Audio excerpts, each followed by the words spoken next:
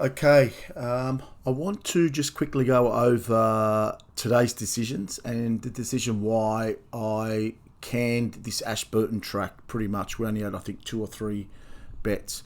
Okay, New Zealand at the moment I'm raging a war with New Zealand at the moment. Okay, the track's there for some inexplicable reason. They're not reading the way I'm doing the form on, and when I am doing the form on these tracks, obviously I'm emphasising heavily on these, whatever these track conditions are going to be.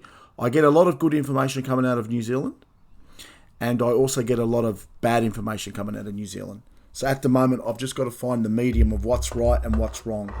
Now, as you saw that I passed and I kept passing, there was a lot of market reading that was going on. Now, the market reading for me, it's critical for New Zealand. It really is. It's one of the things that's why with New Zealand at the moment, I'm heavily navigating it. All right. Now, when I saw what was going on there, all right. Now, this track has been sort of kind to me in the past, and also it's been pretty bad. So I just sensed something wasn't right. It had nothing to do with the track.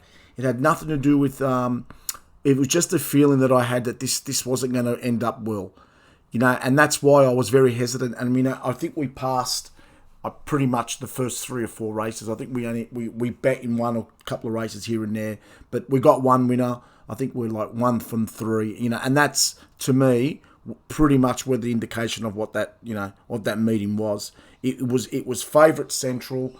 I sort of had a gut feeling because when I did the sheet and I dropped so many of these $1.90, $2.50 favourites, I knew we could be in trouble here. So you could see it. There was race 1 and there's race 2.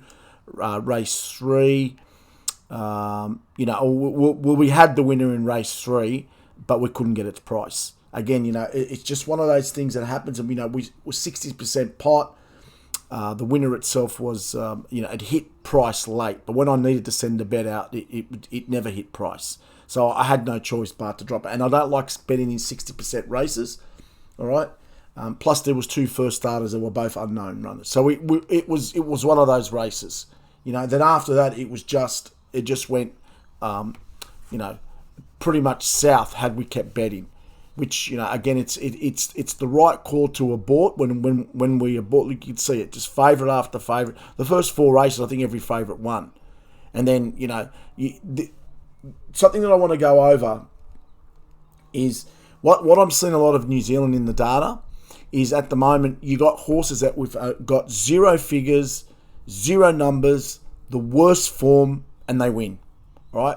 It's just a pattern there. And lo and behold, we had a bet in this race, and that's exactly what happened. This thing, I didn't think it was going to lose on the numbers.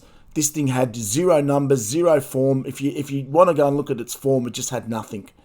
And they win, they come out and win. And what was frustrating about this race is we sat out the first 4 races, and then lo and behold, Murphy's Law, as per program, the one time we bet, we get that dreaded second. But then after that, I think we passed on just about every race. Yep, there was another favourite. It's just one of those days. I'm a field punter. There's another favourite. So it's 7 races down, all right, and only one horse that hasn't won, that hasn't been the favourite. And that's the feel that I got when I did the sheet, and I'm pretty sure that were my sentiments when, that was the feeling, and that was what I was saying on the sheet. I mean, we got this winner. That was the bet. Okay, so I was pretty happy about that one. I sort of had this on top, and there's another favourite. So it's 8 races down, and 7 out of the 8 favourites to win, and it just happens. Just one of those things. You can't. This thing here was one of the favourites. We didn't. This was a bet. And I thought, there was a host of hopes on the sheet, and I thought that when I did the sheet, and then obviously we passed in race 10. So again, you're seeing the power of someone that's been doing this for a very long time, and that's someone who knows how to read these markets. Again, guys, with the markets, all right, it's another beast on its own. I'm more than happy to answer as many questions as possible, to the point where if I have to, spend a fair bit of time on the markets, I will. But again, the markets are not your friends. They're not designed to help you. You just got to know how to work around the markets. And I thought today it was just magnificent passing and aborting, because everything that the market said that these horses were doing, they were doing. So I was quite pleased to have walked away with, I think, minor losses there. It wasn't, I think, as I said, I think we were down 2.5 units or whatever it was. So I can cop that for a day like this. All right, and this talks more about that you've got to trust me when I'm aborting a meeting. You've got to understand that I've been doing this for a very, very, very long time, and I know what I'm doing when I need to abort. 20 years of punting tells me sometimes you just have to pull the pin on it. There's never a last race. Doesn't exist in my world. There's never a last race. We'll wake up tomorrow morning and there's another race. We'll wake up on Saturday, there's another race. So yes, it's sometimes a little bit annoying. I pulled the pin on 90% of the program, but look what happened when I did. We've saved ourselves a bucket load of money.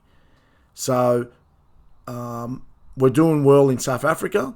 Even in last night in Hong Kong, I thought it was a great abort. I was a little bit flustered yesterday, to be honest. I didn't have any internet, so I made a couple of bad I wouldn't say bad calls. It came down to price, and then I think we only had one more bet after, and then I aborted. I just had that feel about it that this is going to be another meeting, and where that it's going to be a hard sheet. Again, if I've got 5 picks every race, it's going to be a tough meeting for me.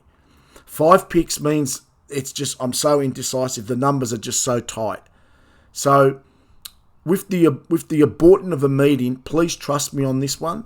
I don't abort for no reason. It's critical that everybody understands that. And, we have saved so many units by aborting over the last, say, 2 weeks, especially in New Zealand, Hong Kong. I haven't really aborted much in South Africa. I think I did on Saturday, and Saturday proved to me it was the right call. So let's all just everybody trust what I'm doing. And again, when I abort, it's for a reason. All right, thanks, guys.